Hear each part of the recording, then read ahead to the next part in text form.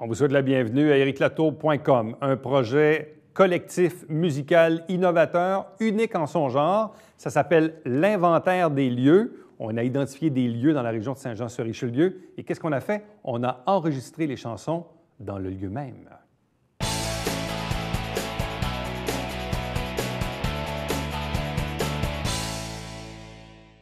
Vous l'avez peut-être vu ou entendu il y a quelque temps à une certaine émission de télé très populaire le dimanche soir qu'on appelle La Voix. Mais bien sûr, il y a eu du chemin de fait depuis tout ce temps-là et on nous arrive avec l'inventaire des lieux, Thomas Hodgson. Mais en même temps, quand on l'a contacté, Thomas, il est tellement humble qu'il dit non, je ne peux pas venir tout seul parce que c'est un projet collectif avec Françoise Dancause et Philippe Adam-Daigle. Bref, je vous les présente à l'instant. Alors, Thomas, officiellement, bonsoir. Bonsoir, Eric. Et bienvenue. Merci, merci. Accompagné de Françoise Dancause. Bonsoir. Bonsoir et bienvenue. De même que Philippe Adam-Daigle. Bonsoir et bienvenue. Pourquoi c'est un projet collectif? Bien, parce qu'on est trois, mais parce qu'on a chacun, au-delà de ça, on a chacun nos forces, chacun notre spécialité. Et puis, on travaillait déjà ensemble pour... dans le fond, avec Françoise, je travaille, je partage plus que le travail avec elle. Et puis, Philippe Adam, c'est un collaborateur de longue date pour tout ce qui est enregistrement. Donc, on a appris à cerner de part et d'autre notre façon de travailler. On a vu que chacun, on voulait pousser plus loin. On avait un petit goût d'expérience et d'aventure. Donc, ce projet-là était tout indiqué pour mettre nos forces des trois en œuvre. Donc, c'est pour ça qu'on s'est constitué un trio. Souvent, dans le monde de la chanson, dans le monde des spectacles, très souvent, c'est toujours le même modèle. C'est-à-dire qu'on a l'artiste qui est en avant et puis les autres qui sont dans l'ombre. Or, toi, évidemment, ça diffère un peu de ce modèle-là auquel on est habitué, parce que même, en plus d'avoir invité Françoise et Philippe, mais même sur l'album, leur nom figure, là. Oui, tout à fait. Non, mais c'est vrai. Non, mais c'est vraiment une preuve où on veut faire les choses différemment. Ben oui, je vais répondre pour moi-même. Ouais. Vous pourrez vous ajouter si vous voulez, mais c'est que c'est un projet musical, c'est vrai, mais c'est un peu plus que ça. Il y a une portion patrimoniale, il y a une portion expérience sonore, dans le fond. C'était de l'enregistrement nomade qu'on faisait.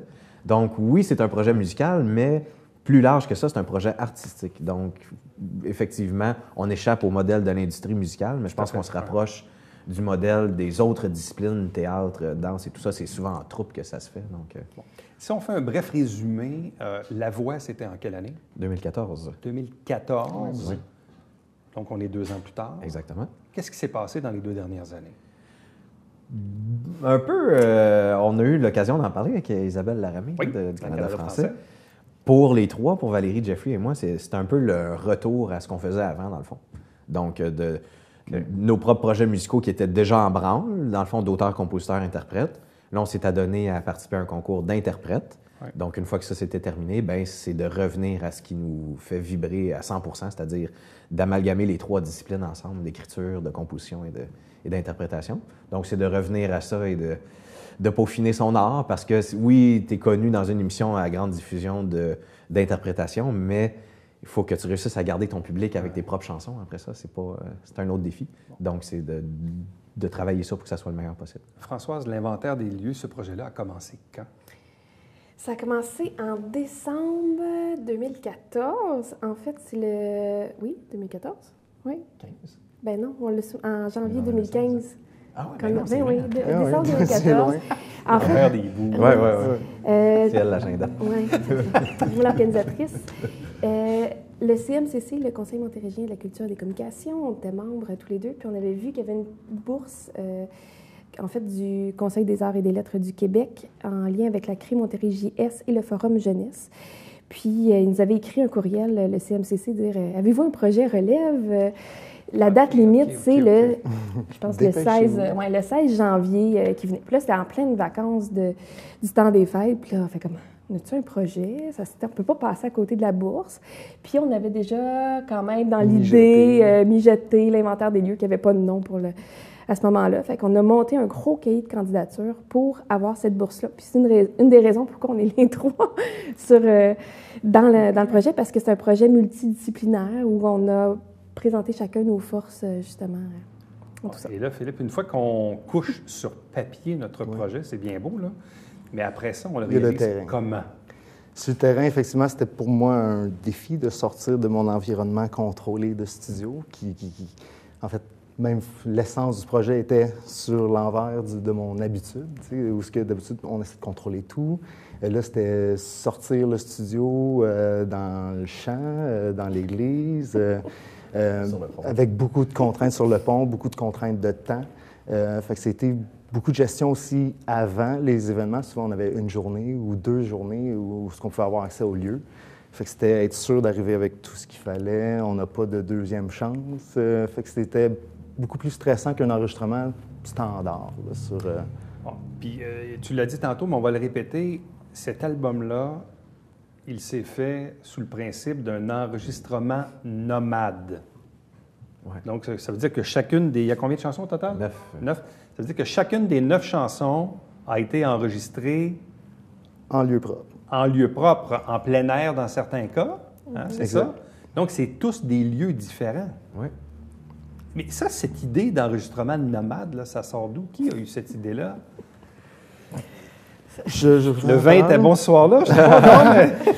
En fait, moi, ce qui me semble être l'étincelle en arrière de tout ça, c'est comment que... Je donne tout le temps l'exemple. Si je m'assis sur le bord d'une roche, les 2 pieds dans l'eau, et je compose quelque chose là, je suis pris avec l'énergie, Vraiment, c'est ça ce qui se passait ici, avec le vent qui est là, avec l'énergie de l'eau, les oiseaux en background, et tous ces bruits, justement, nuisibles d'habitude en studio, devenaient pouvoir faire partie de l'enregistrement. Donc, c'était de saisir vraiment le lieu et comment que ça se complète, puis comment que ça fait partie de la chanson une fois que... C'est quoi? C'est venu tout seul? C'est un de vous trois qui a soumis l'idée? Bien, en fait, moi, j'avais une réflexion depuis quelque temps. On voit partout à Saint-Jean, mais dans le centre-ville quand même, majoritairement, des édifices qui se font démolir et en attente d'autres projets.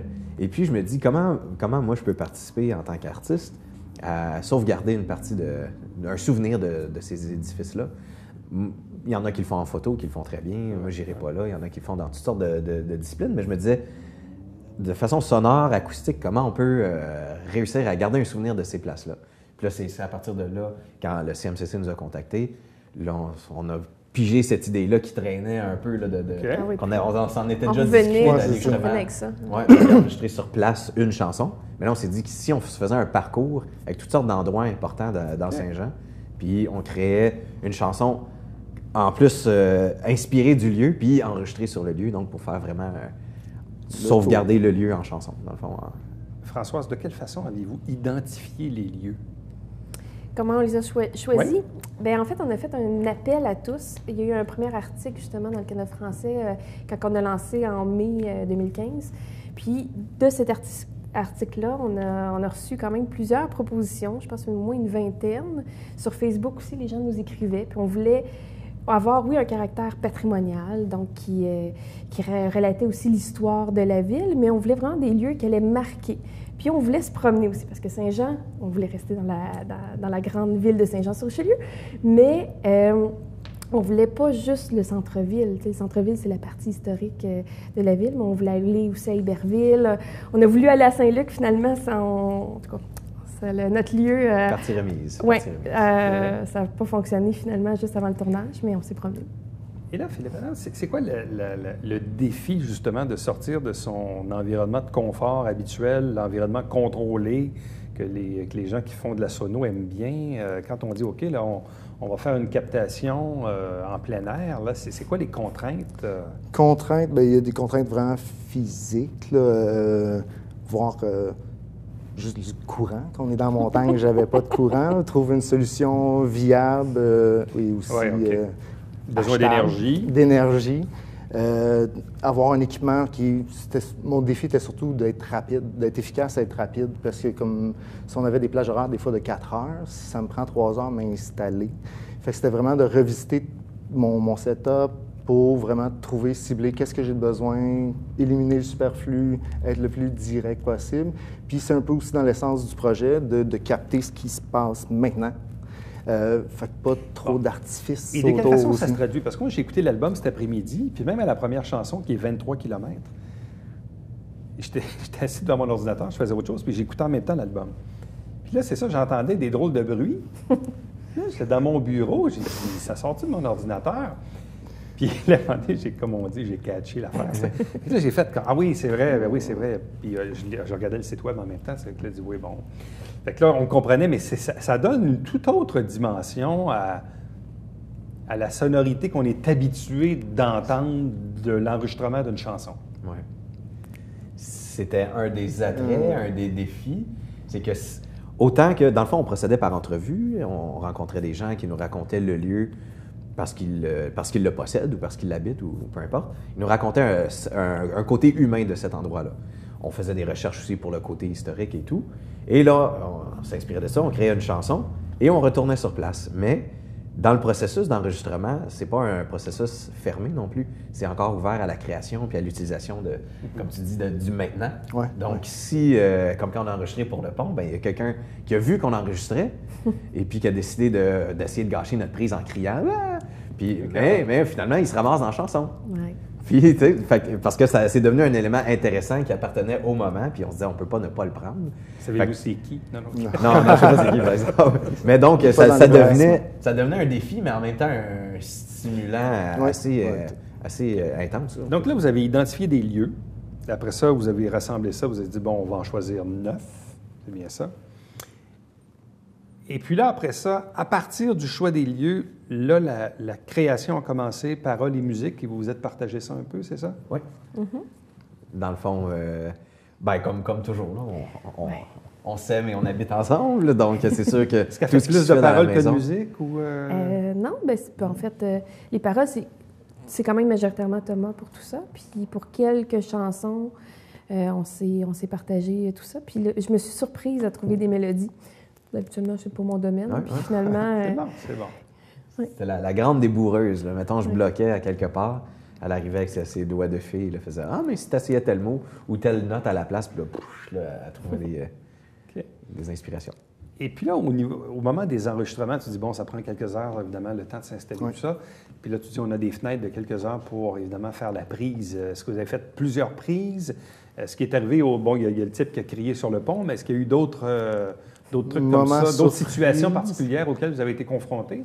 Une pelle mécanique qui casse du béton ou du roc en dessous du chemin de fer à la Trinquette, qui nous coupait nos plages horaires à coups de quasiment des heures. On avait une journée pour enregistrer, c'était pendant qu'ils faisaient les travaux. C'était à quel moment de l'année que vous avez enregistré? Ça, c'était en novembre. Je peux dire entre août et décembre. On a commencé le 31 août. Est-ce qu'il y a des fois qu'il faisait un peu froid? Ou... Oui. Quand on enregistrait sur le pont, on n'était pas tard dans la saison, mais quand même, cette journée-là, on a eu de 10 à 2 heures, mettons, 10 à 14 heures. Parce qu'après ça, on voyait le nuage de pluie qui s'en venait du sud, puis c'était le temps qu'on a eu, puis il faisait froid. Là. Au niveau des instruments, ça se limite à la guitare? Est-ce que tu as pu ajouter des trucs après en post-prod? Une seule chanson a été un peu plus construite en studio, c'est celle du pont, qui est à partir d'échantillons. Fait qu'on a dû retravailler les échantillons, justement. Mais toutes les autres, c'est tout pris sur place. Il y a beaucoup même de one take, là, de prises d'un coup avec le band. Souvent, c'était les 3 instruments, 4 instruments en même temps. Un pour la gestion du temps, mais aussi pour l'énergie, puis sentir le groupe dans l'espace. Donc, outre la guitare, qu'est-ce qu'on avait comme instrument? Super varié, contrebasse, on a eu de l'orgue aussi, comme je disais, ce qu'on trouvait autant comme environnement sonore, mais comme instrument qui existe sur place. C'était des vecteurs de création aussi pour les arrangements. On savait qu'on s'en allait enregistrer à l'église à l'Acadie. On savait qu'il y avait un orgue et même un vieux piano-table. Fait qu'on se disait, bon, ben c'est dans notre idéal de l'utiliser, donc on va faire un arrangement en conséquence de ça. Donc, orgue, piano-table, c'était ces vieux pianos avant les modèles qu'on connaît, là, piano droit ou piano queue. Batterie, violoncelle, guitare électrique, violoncelle, trompette. Et l'union musicale. Oui, au complet. Oui. Sur la dernière on ne les nommera pas tous les instruments, mais l'Union musicale d'Iberville, donc la panoplie orchestrale. Partenariat. Si on commence par la première, 23 km, c'était enregistré où? À la Vieille Gare. À la Vieille Gare. C'est-à-dire coin Frontenac et Jacques Cartier, oui. Et ça raconte quoi? C'est une histoire, je serais curieux d'entendre votre version. On va faire une version abrégée. Ouais, c'est ça.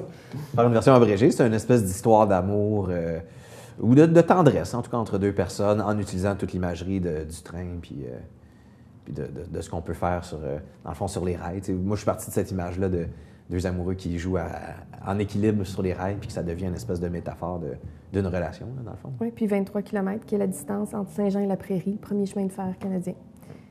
Le poids du siècle, c'était où? Le pont. Ça, c'est le pont? Le pont qui arrive à son 100 ans ou qui est arrivé? 100e anniversaire. 2016, c'est ça, c'est son 100e. Qui raconte un peu toute la vie, toute l'énergie, tous les échanges entre les deux rives, le trafic. Mais du point de vue du pont, ce que lui, ça représente de porter le poids d'un siècle, dans le fond. Et vous étiez installé où sur le pont pour l'enregistrer? En plein milieu. Sur la travée d'automobile. Vous avez arrêté la circulation? Non, on a profité du système. Ils font toujours un entretien saisonnier avant et après l'hiver. Donc, on a contacté le ministère pour faire court des Transports du Québec. Là. Je sais que c'est l'électrification et tout ça maintenant, là, mais le ministère des Transports est super dadon. Qui n'a pas trouvé ça trop fou, notre idée. Puis eux, ils faisaient leurs travaux juste sur le pont-Levis. Les affaires compliquées, c'est quand même pas pire, ça.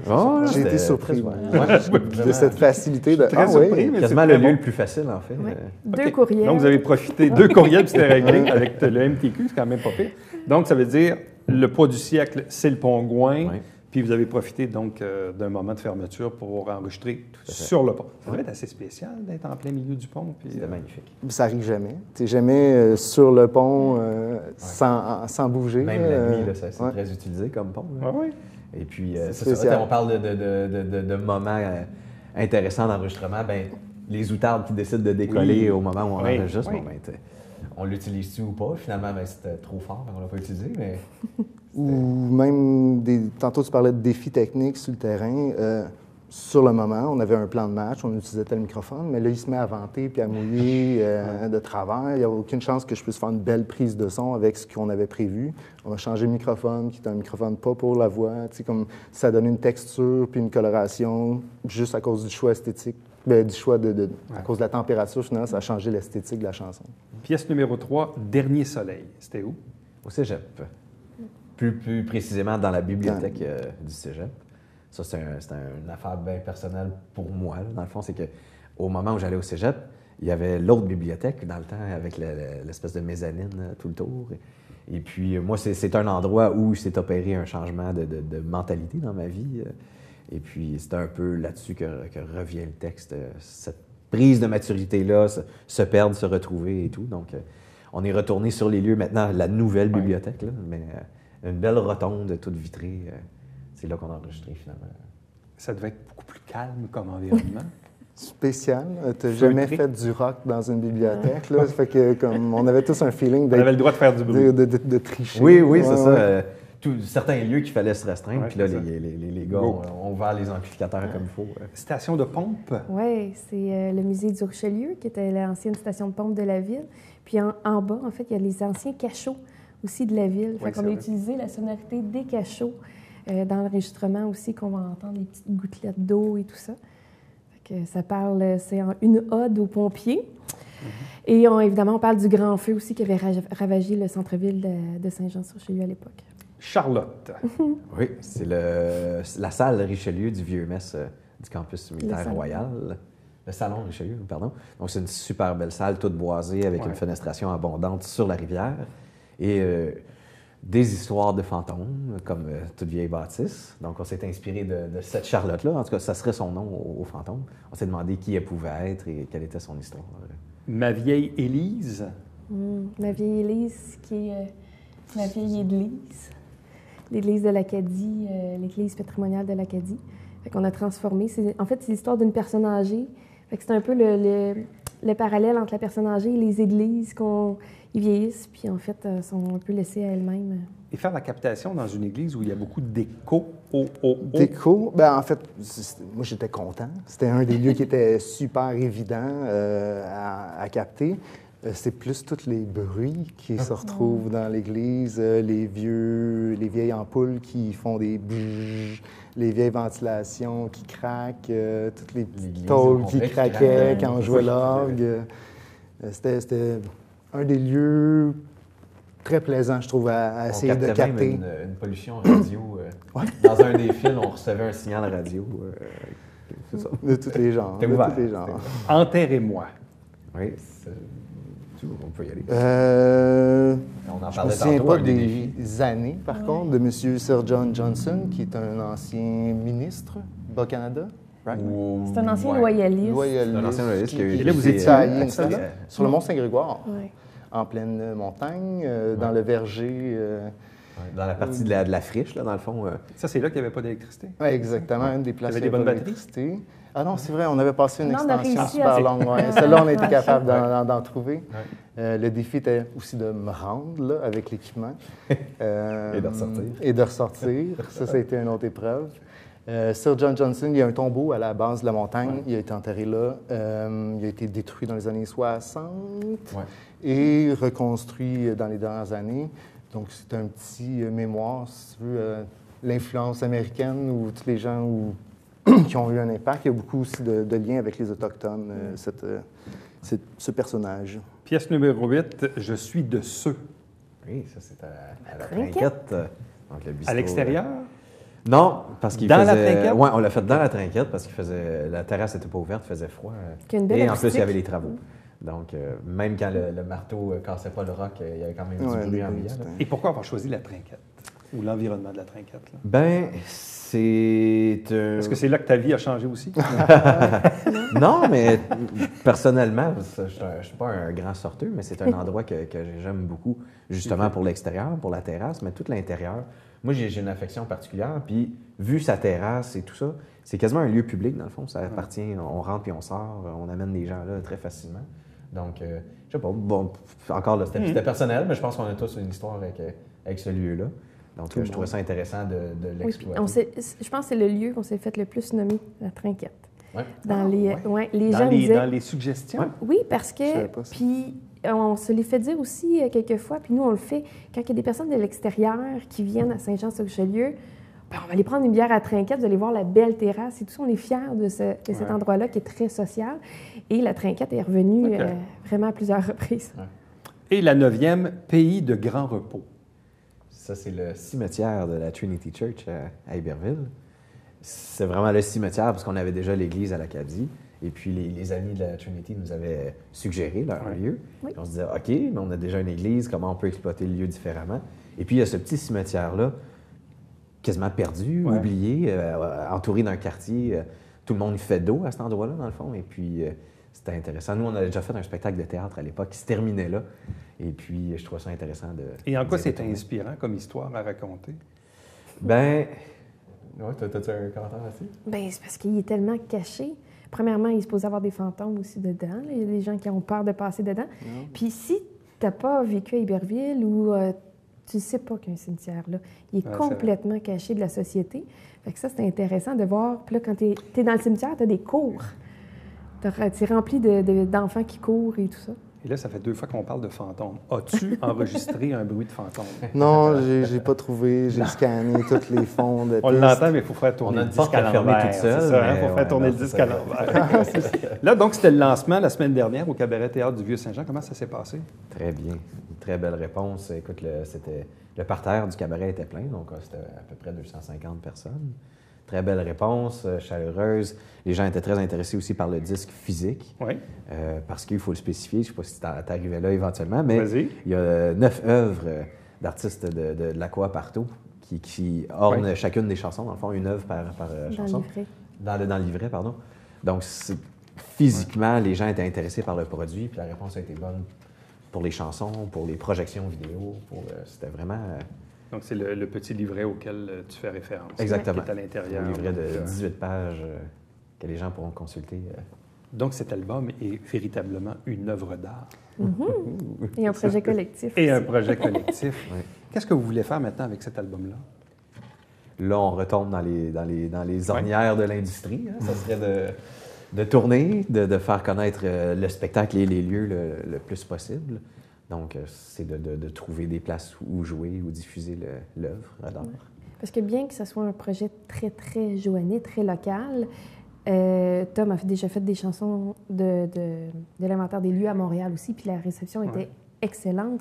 Puis justement, c'est des lieux universels aussi, une église, un cimetière et tout ça, fait qu'on veut le faire voyager. Mais même sur le plan artistique aussi, c'est assez unique. Là. Je ne sais pas si vous allez le soumettre à la disque dans je ne sais pas trop quelle catégorie. Là. Mais honnêtement, non. Non, je ne sais pas trop quelle. Non, mais c'est parce qu'ils ont tellement de catégories, mais honnêtement, c'est un produit unique. On se le fait dire, en fait. Moi, je pense que oui, en tout cas. Dès qu'on parle du concept, en fait, les gens sont déjà emballés. Puis là, il reste à les gagner avec les chansons, mais effectivement... On a du travail à faire. Oui. Bien, à vous trois, merci beaucoup, félicitations. Et puis, bonne chance pour la suite et bonne chance avec l'inventaire des lieux. Merci. Merci. Restez avec nous. Au retour, c'est le Babillard quotidien.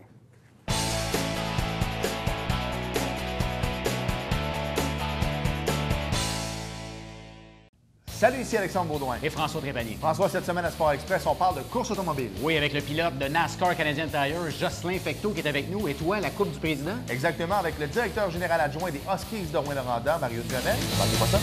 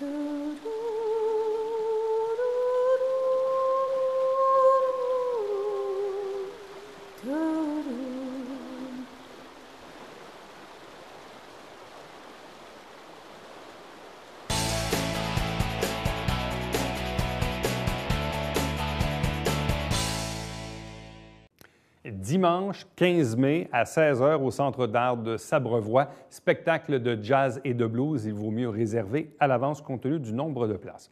Chaque semaine, on vous présente des extraits du conseil municipal. L'émission s'appelle Saint-Jean-sur-Richelieu et chaque dimanche matin, c'est le Télé Bingo avec 3 500 $ en prix. Prochain rendez-vous demain. Bye-bye.